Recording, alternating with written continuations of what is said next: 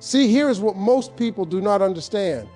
They live their whole life being slaves to how they feel in the moment. If they feel like working out, they work out. If they feel like eating healthy, they eat healthy. If they feel like being productive, they get something done. But what happens when you do not feel like it? What happens then? I will tell you what happens. Nothing, absolutely nothing gets done. You think every morning I wake up feeling like a champion. You think every day I am full of energy and motivation. Let me tell you something, some mornings I wake up and I feel like doing absolutely nothing. But I got a plan, and that plan does not care about my mood. Your mood changes every hour, but your goals require consistency that lasts months and years. Think about how many different emotions you experience in just one single day. You wake up tired. Then maybe you get a little energy after your coffee. Then something frustrates you at work and you get angry. Then you see something funny and you laugh. Then you get stressed about your bills. Then you feel hopeful about a new opportunity. Your emotions are up and down like a roller coaster that never stops moving. Now imagine if you made every decision based on those changing feelings. Imagine if your business strategy changed every time your mood changed. Imagine if your fitness routine depended on whether you felt energetic or not. Imagine if your commitment to your family shifted based on whether you felt patient or irritated. You would never build anything solid. You would never create anything lasting. Your life would be chaos. But your goals do not care about any of that emotional noise. Your goal to lose 50 pounds does not care if you wake up craving donuts. Your goal to build a successful business does not care if you feel discouraged on a Tuesday afternoon. Your goal to provide a better life for your family does not care if you feel overwhelmed on a Friday evening. Goals require something that most people are not willing to give, and that is steady, consistent, repetitive action over long periods of time. We are not talking about days or weeks. We are talking about months and years of showing up and doing the work regardless of how you feel. That is what separates the people who achieve extraordinary things from the people who just talk about achieving them. Your mood today might tell you that you are on top of the world. Your mood tomorrow might tell you that you are a complete failure. Both of those moods are lying to you. The truth is somewhere in the middle, and the truth is that your daily actions matter more than your daily feelings. When you commit to consistency regardless of your emotional state, you tap into a power that most people never discover. See, consistency is the compound interest of self-improvement. Every day you stick to your plan, even when you do not feel like it, you are depositing your future. You might not see the results immediately, but those deposits are accumulating, they are building, they are creating momentum that will eventually become unstoppable. Most people give up right before the breakthrough because they let their mood determine their actions. They have 3 good days, then 1 bad mood, and they quit. They have 2 good weeks, then they feel tired and they stop. They do not realize that the person who wins is not the person who never feels like quitting. The winner is the person who keeps going even when quitting feels like the most reasonable option in the world. Successful people do what unsuccessful people are not willing to do, and that includes working when they do not feel like it. Let me break this down for you real simple. Unsuccessful people work when they feel inspired. Successful people work whether they feel inspired or not. Unsuccessful people go to the gym when they feel motivated.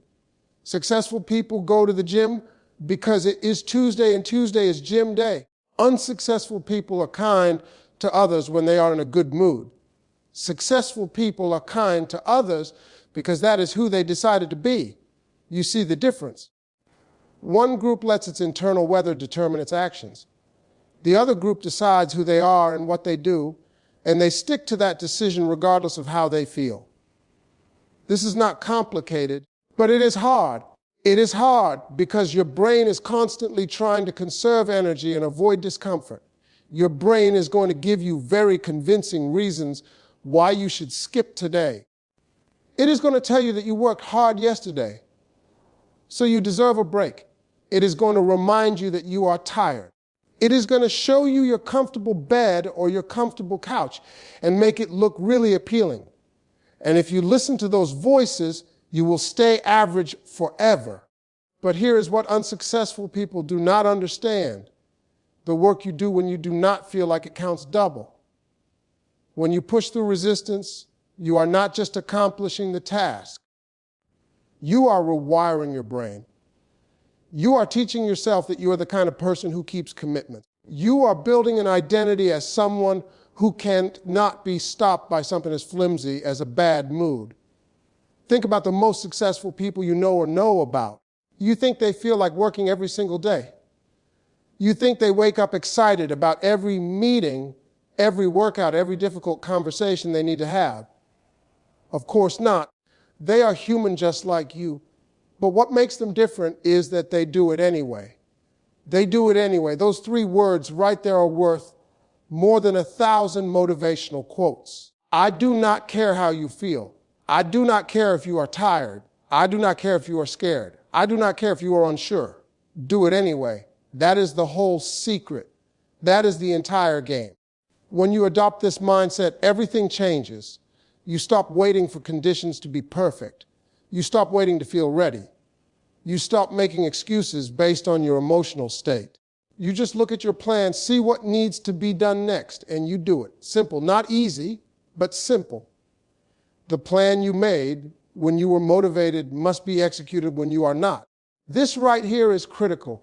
Think about when you made your plan. Maybe you had just finished reading an inspiring book. Maybe you had just watched a powerful video. Maybe you had just experienced a moment of clarity where you could see your life as it could be instead of as it is. In that moment, you were thinking clearly. You were connected to your purpose. You were focused on your vision. That version of you, that motivated, clear thinking, purpose-driven version of you, that is who created your plan. That person knew what needed to be done. That person understood the stakes. That person was willing to commit to doing hard things because they could see why those hard things mattered. But here is what happens. Days pass. Weeks pass. That motivational fire starts to fade. You are back in the grind of daily life. You are tired from work. You are stressed about money. You are frustrated with setbacks. You are annoyed by obstacles. And in that state, you start to question the plan. You start to think maybe you were being unrealistic. Maybe you were asking too much of yourself. This is the critical moment. This is where most people abandon their dreams. They listen to their current unmotivated self instead of trusting their previous motivated self. They forget that the person who made the plan had the clarity they are currently lacking. They do not realize that this moment of doubt and fatigue is exactly why they needed a plan in the first place. Your plan is a message from your best self to your worst self. It is a message that says, I know there will be days when you do not feel like continuing. I know there will be times when you want to quit. I know you will doubt yourself. But I am writing this down now while I can think clearly to tell you to keep going. Do not trust your feelings in that moment. Trust me. Trust this plan. When you are in the valley, you cannot see the mountaintop. The view is blocked. The path is unclear. Everything looks difficult and pointless. But the plan was created from the mountaintop. It was created when you could see where you were going and why it mattered. So when you are in the valley, you do not need to see the whole path. You just need to take the next step that the plan tells you to take. This is an act of faith. Not religious faith necessarily, but faith in yourself. Faith that the version of you who made the plan knew what they were doing. Faith that your future self will thank you for pushing through. Faith that the process works even when you cannot see the results yet. Execute the plan. Trust the plan, especially when you do not feel like it. Discipline is doing what needs to be done even when you do not want to do it, especially when you do not want to do it. Discipline gets a bad reputation. People think discipline means being rigid or harsh or joyless. But discipline is actually freedom. Discipline is what frees you from being controlled by your emotions. Discipline is what frees you from the chaos of inconsistency. Discipline is what frees you to become who you are meant to be. Think about it like this. When you lack discipline, you are a slave to your impulses. You eat whatever you crave. You buy whatever you want. You say whatever you feel. You avoid whatever makes you uncomfortable. That might feel like freedom, but it is actually bondage. You are being controlled by forces you are not even aware of. Your habits control you. Your cravings control you. Your fears control you.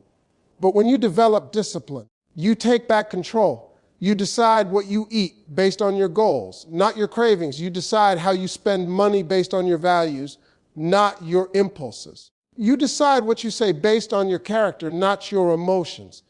You decide what you do based on your plan, not your comfort level. Now, let me be clear. Discipline is not about perfection. You are going to have moments when you slip up. You are going to have days when you do not follow through perfectly. That is being human. But discipline means that when you mess up, you get back on track quickly. You do not let one bad meal become a bad week. You do not let one missed workout become a missed month. You acknowledge the slip, learn from it, and immediately return to the plan.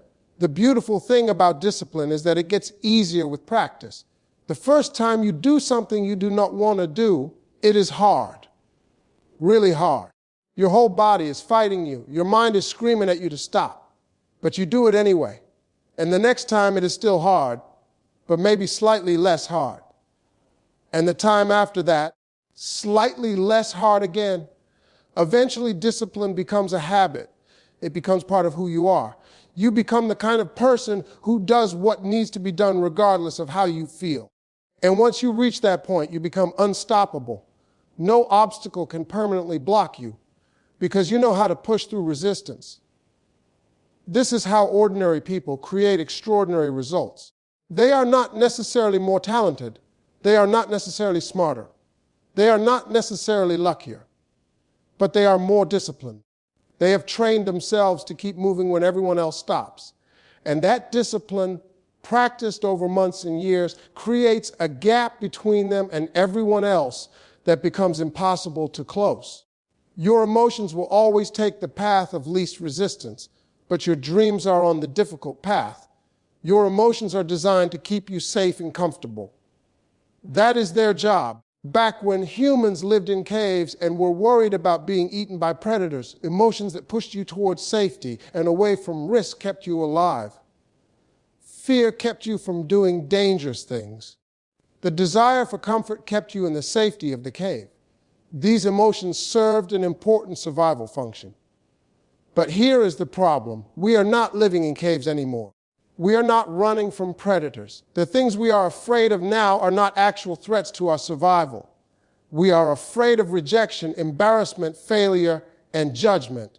These things cannot kill you, but your emotional system treats them like they can. So your emotions are still trying to keep you safe and comfortable, even when safe and comfortable means staying stuck. Your dreams, on the other hand, require you to do uncomfortable things. Your dreams require you to risk rejection. Your dreams require you to try things you might fail at. Your dreams require you to be seen and possibly judged. Your dreams require you to leave the cave and venture into unknown territory. And every step of the way, your emotions are going to be pulling you back towards safety and comfort. This creates an internal conflict that you have to understand if you are going to achieve anything significant. One part of you wants to grow, achieve, and become more. Another part of you wants to stay safe, avoid pain, and remain comfortable. These two parts are at war, and whichever one you feed is the one that wins. When you follow your emotions and choose the path of least resistance, you are feeding the part of you that wants to stay small. You are reinforcing the neural pathways that tell your brain to avoid discomfort. You are training yourself to be controlled by fear and laziness. And the more you do this, the stronger those patterns become. But when you choose the difficult path, when you do the hard thing, even though your emotions are screaming at you to stop, you are feeding the part of you that wants to grow. You are creating new neural pathways. You are proving to yourself that you can handle discomfort. You are building evidence that you are capable of more than you thought. Here is the truth that nobody wants to hear. The path to your dreams is supposed to be difficult. If it were easy, everyone would do it. The difficulty is not a sign that you are on the wrong path. The difficulty is confirmation that you are on the right path. Easy paths lead to average destinations. Difficult paths lead to extraordinary destinations. Your emotions will always vote for easy. Your purpose requires you to choose the difficult. You must be the master of your emotions, not the servant of them. There is a relationship between you and your emotions, and you need to understand what that relationship is. Most people have made their emotions the master and themselves the servant. Their emotions tell them what to do, and they obey. Emotion says be angry, and they get angry. Emotion says be lazy, and they get lazy. Emotion says quit, and they quit. But it is supposed to be the other way around. You are supposed to be the master. Your emotions are supposed to serve you by providing information, but not by making decisions. When you feel angry, that emotion is giving you information that something feels unjust or threatening. But you get to decide how to respond to that information. You are in charge. This is not about suppressing emotions or pretending you do not feel things. That is unhealthy and does not work. This is about acknowledging your emotions, understanding what they are trying to tell you, and then making a conscious choice about how to act. You can feel tired and still choose to work. You can feel afraid and still choose to move forward. You can feel discouraged and still choose to persist. The problem is that most people have never practiced this. They have spent their whole lives being obedient servants to their emotional state. So the idea of feeling something and not immediately acting on it feels foreign. It feels almost impossible. But it is a skill, and like any skill, it can be developed with practice. Start small. Feel the urge to check your phone and choose to wait 5 minutes. Feel the craving for junk food and choose to drink water instead. Feel the desire to sleep in and choose to get up anyway. These small acts of mastery train your brain that you are in charge. You are not controlled by impulses. You are a person who makes conscious choices. As you practice this, something amazing happens. The emotions do not go away, but they lose their power over you. You can observe them without being controlled by them. You can feel fear and still take action. You can feel lazy and still be productive. You can feel doubtful and still stay committed. This is freedom. This is power. This is what separates people who control their lives from people whose lives control them. When you become the master of your emotions, you become the master of your destiny, because your destiny is not determined by what happens to you. Your destiny is determined by how you respond to what happens to you. And your response is always a choice, no matter how you feel. Your plan is designed by your highest self, but your mood is controlled by your weakest self.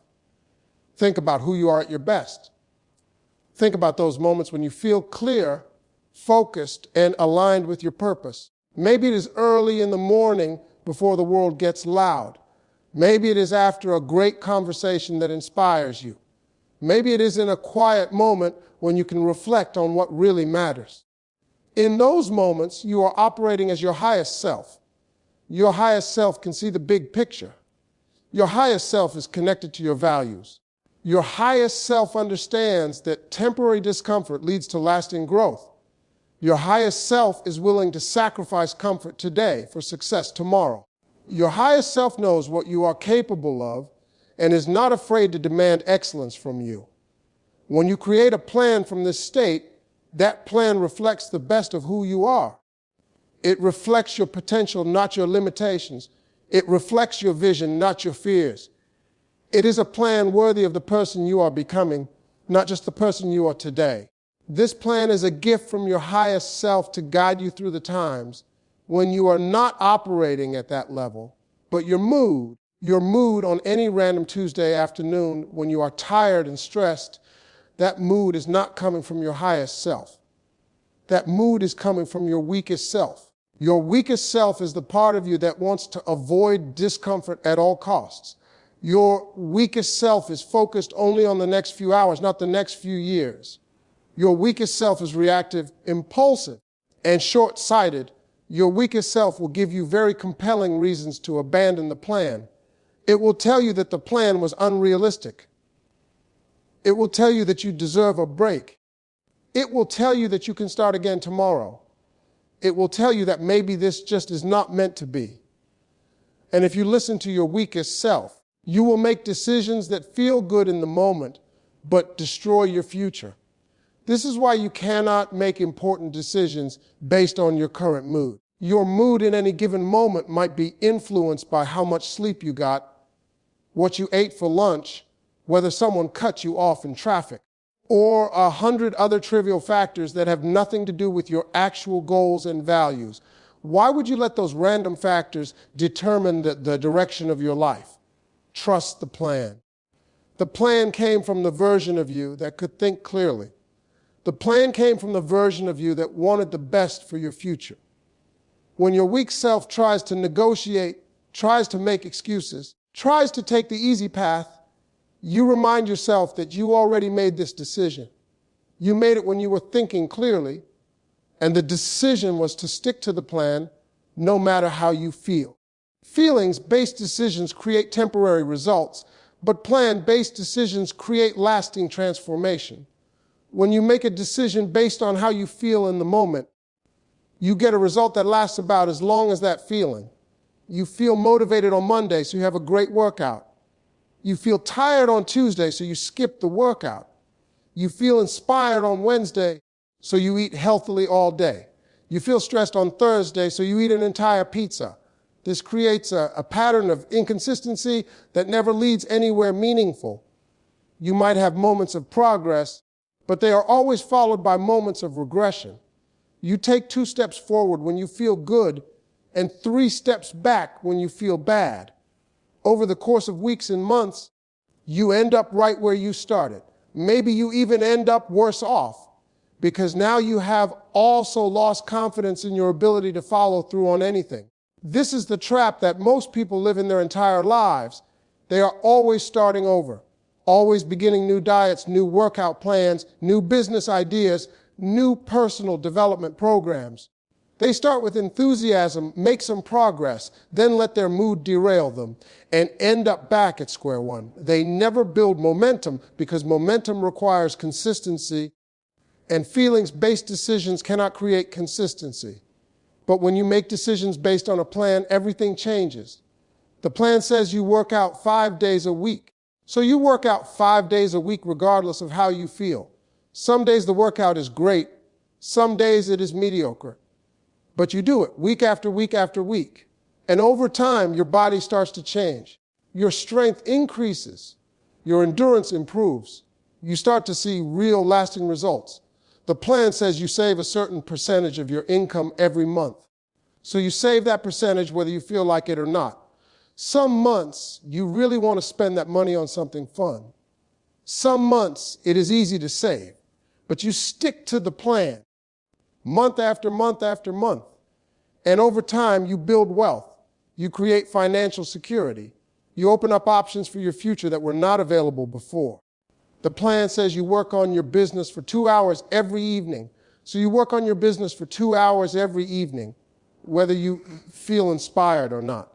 Some evenings, the work flows easily. Some evenings, every word is like pulling teeth. But you do it evening after evening after evening, and over time, your business grows. Your skills improve. Your income increases. You create something real and valuable. See the difference?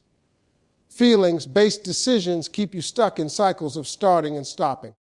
Plan-based decisions create momentum that compounds over time into transformation. One approach keeps you busy but accomplishes nothing. The other approach might feel boring in the moment, but creates the life you actually want. What separates winners from quitters is not talent or luck. It is the ability to keep moving when everything in you wants to stop. Let me tell you something about winners. They are not special. They are not built differently from you. They have the same doubts, the same fears, the same moments of weakness. They get tired. They get discouraged. They want to quit. The only difference is that they do not quit. They keep moving. You think the person who built a successful business never wanted to quit. Of course, they wanted to quit, probably every single week in the beginning, when customers were complaining, when money was tight, when employees let them down, when competitors were beating them. In all those moments, quitting would have felt so much easier than continuing. You think the person who lost 100 pounds never wanted to give up. Of course, they wanted to give up every time they were sore, every time they were hungry, every time they stepped on the scale, it had not moved. Every time they saw other people eating whatever they wanted, they had to measure portions and count calories. In all those moments, giving up would have been so easy. You think the person who wrote a best-selling book never wanted to stop writing. Of course, they wanted to stop when the words were not coming, when the chapters were not working, when they rewrote the same section for the 10th time, when they wondered if anyone would even care about what they had to say. In all those moments, closing the laptop and walking away would have been the easier choice. But here is what they all understood. The moment when you want to quit is not the moment that defines you. Everyone has that moment. That moment is normal. That moment is expected. The moment that defines you is what you do next. Do you listen to that voice that says stop, or do you take one more step forward? Winners take one more step, and then another, and then another. They do not take those steps because they feel like it. They take those steps because they decided that their dream matters more than their discomfort. They take those steps because they are committed to their plan regardless of their mood. They take those steps because they understand that success is not about never wanting to quit. Success is about not quitting even when you want to. This is available to you right now. You do not need special genetics. You do not need to wait for perfect circumstances. You do not need anyone's permission. You just need to decide that the next time everything in you wants to stop, you are going to take one more step anyway. And then you need to prove that decision to yourself over and over again until it becomes who you are. Honor the promises you made to yourself when you were inspired, especially when you are tired. When you were inspired, you made promises to yourself. You promised you would lose the weight. You promised you would start the business. You promised you would write the book. You promised you would be a better parent, a better partner, a better version of yourself. Those promises meant something when you made them. Those promises came from a real place. But now you are tired. The inspiration has faded. The initial excitement has worn off. The reality of how much work is required has set in. And in this tired, uninspired state, it is very easy to forget about those promises. It is easy to think they do not really matter. It is easy to tell yourself that you will get back to it when you feel inspired again. But let me ask you something. What kind of person makes promises and then breaks them the moment things get hard? What kind of person commits to something and then abandons it when it stops feeling good? Is that who you want to be? Is that the example you want to set for your children, your friends, the people who look up to you? Your integrity is not measured by the promises you keep when it is easy. Anyone can do that. Your integrity is measured by the promises you keep when it is hard. When you honor your commitments, even when you are tired, even when you do not feel like it, even when it would be easier to quit, that is when you build real character. And here is something most people do not realize. Every time you break a promise to yourself, you damage your self-trust. You teach yourself that your word does not really mean anything. You prove to yourself that you cannot be counted on. And this creates a terrible cycle where you stop believing in your own ability to follow through on anything.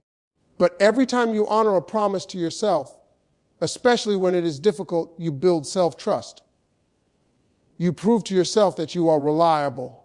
You demonstrate that your word means something. You create evidence that you are the kind of person who does what you say you are going to do. And this self-trust becomes the foundation for everything else you want to build in your life. So when you are tired and you do not feel like continuing, Remember the promises you made. Remember why you made them. Remember who you committed to becoming. And then honor those promises not because it feels good, but because your integrity demands it. Because you are a person of your word. Because the promises you make to yourself are just as important as the promises you make to anyone else. Action comes before motivation, not the other way around. Start moving and the motivation will catch up.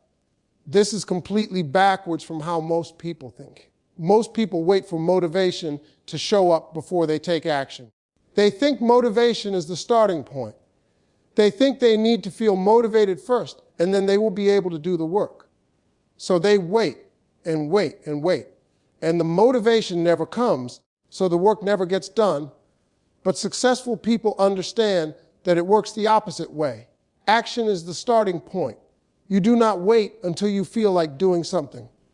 You start doing it, and the feeling follows. This is how human psychology actually works. Motion creates emotion. Behavior influences feelings more than feelings influence behavior. Think about the last time you really did not want to work out, but you forced yourself to go to the gym anyway. What happened? The first few minutes were probably rough. You were dragging. Your body was resisting. Your mind was complaining. But then what happened? You got warmed up. Your blood started flowing. Endorphins started releasing. And somewhere in the middle of the workout, you actually started feeling good. You might have even thought, I am glad I came. That is because you started moving first, and the motivation showed up later. If you had waited at home for the motivation to show up before you went to the gym, you would still be sitting on your couch. But because you took action first, the motivation eventually caught up with you. This works in every area of life. You do not feel like making sales calls for your business. Start making them anyway. After the first few calls, you get into a rhythm. Your energy picks up. You might even start enjoying it. You do not feel like working on your creative project. Open the document and write one sentence anyway. That one sentence leads to another, then a paragraph. Then you look up and an hour has passed. The hardest part is always the starting. Once you are in motion, staying in motion is much easier. But you have to be willing to start before you feel ready. You have to be willing to move before you feel motivated. You have to understand that action is the cause and motivation is the effect. Stop waiting for the feeling. Create the feeling by taking action. Start moving and trust that your emotions will catch up. They might not catch up in the first minute. They might not catch up in the first 5 minutes. But if you keep moving, they will catch up. And even if they do not, you will still get the work done, which is the whole point anyway. Waiting until you feel ready is just fear dressed up as preparation.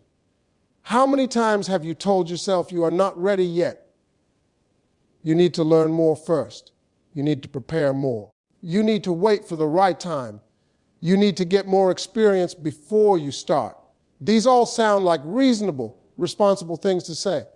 But most of the time, they are just fear wearing a disguise. Fear does not want you to know it is fear because then you might confront it.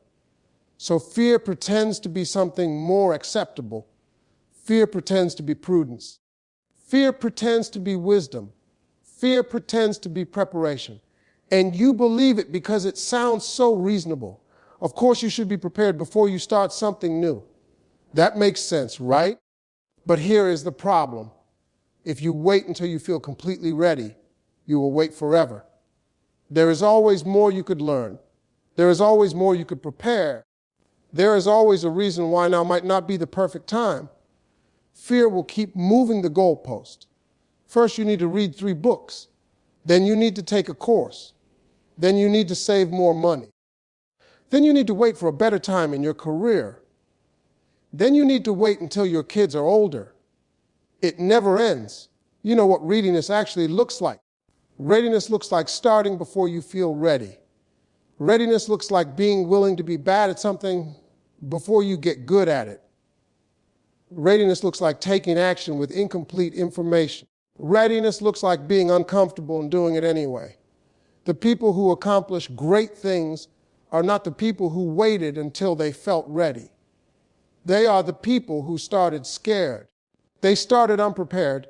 They started without knowing exactly how things would work out. But they started. And they learned along the way. They built the skills they needed by doing the thing, not by preparing to do the thing. You can prepare for years and still not feel ready. Or you can start today, mess up, learn from it, adjust, and keep going. Which approach do you think will get you to your goal faster? Which approach do you think will actually develop real skills and real confidence? Stop letting fear convince you that you need more preparation. You do not need to know everything before you start. You do not need to have everything figured out. You do not need perfect conditions. You just need to begin. Take the first step. Make the first call. Write the first page. Record the first video. Launch the imperfect version. Start before you feel ready, because that is what ready actually means. In moments of confusion and weakness, your plan becomes your compass pointing toward your destiny. There are going to be moments in your journey when you cannot see clearly. Moments when you are confused about what to do next. Moments when you doubt whether you are on the right path. Moments when you feel weak and uncertain. These moments are guaranteed. They are part of the process. The question is not whether you will face them. The question is what you will do when you face them. When you are in these moments, your emotions cannot help you. Your emotions are part of the confusion. You feel discouraged, so you wonder if you should quit. You feel uncertain, so you question your abilities. You feel overwhelmed, so everything seems